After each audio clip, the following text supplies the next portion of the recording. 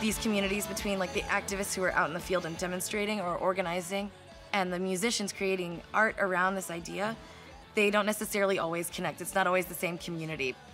And I really wanted this fest to be a place that those two groups could come together.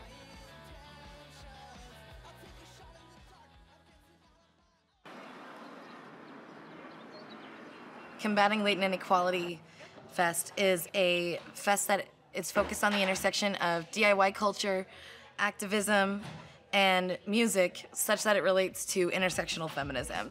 This is its 10th year. The first one was in Minneapolis, and it's moved around to various parts of the country. Texas is very different from every other place in the country, especially given our current political climate and the events that have happened here over the last year. I think it's just a really exciting time to focus on what activism and discussions are happening around the issues relating to feminism and queer culture, queer politics.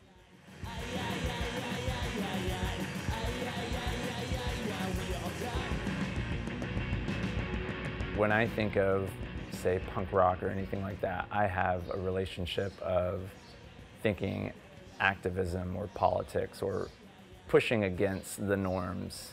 So for me, I feel like it's really important to engage and move forward in a way where people are actually building change. I kind of equate it to this idea that like you start just telling somebody what you're trying to say, and then eventually you're like yelling because they're not listening to you. And so punk is on the spectrum of like, hey, I'm gonna like yell about this and I'm gonna make you pay attention and I'm gonna say what I have to say, whether you like it or you don't like it, whether you disagree or you want to criticize me. It's maybe something that people lose sight of, how important music is to activism. I think it used to be really ingrained, and maybe it's less so now. So I think it's important for artists to stand up for what they believe in. You have a huge population that you're talking to, you have a huge venue, so why not say something that's important to you?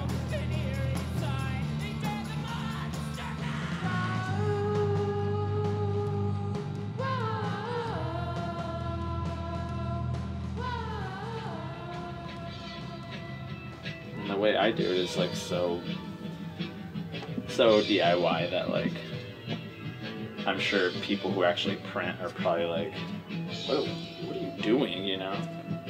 But it's the only way I really know how to do it.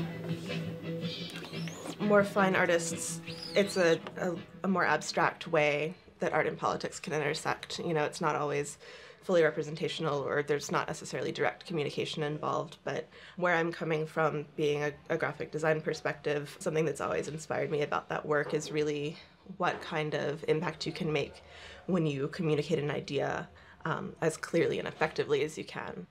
It's not enough to sing a song like a firebrand. What you need is a charge and a spark, not a letter.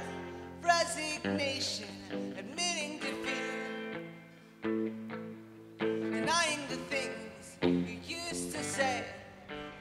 The music scene, music industry, like since its inception, you know, is so male dominated, and so it's like important to like be in a space where you can be challenged and challenge other people. It took me until I was a lot older to feel like comfortable with myself, like expressing like those aspects of myself publicly, because it wasn't represented.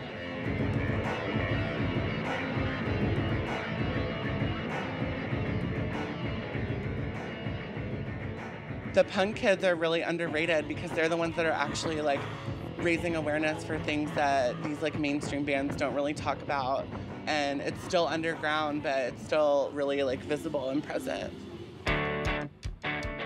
With the little resources that we have, if anything that anybody gets out of this, besides SafePlace getting some money to help their organization, I hope that somebody sees this and feels inspired by it.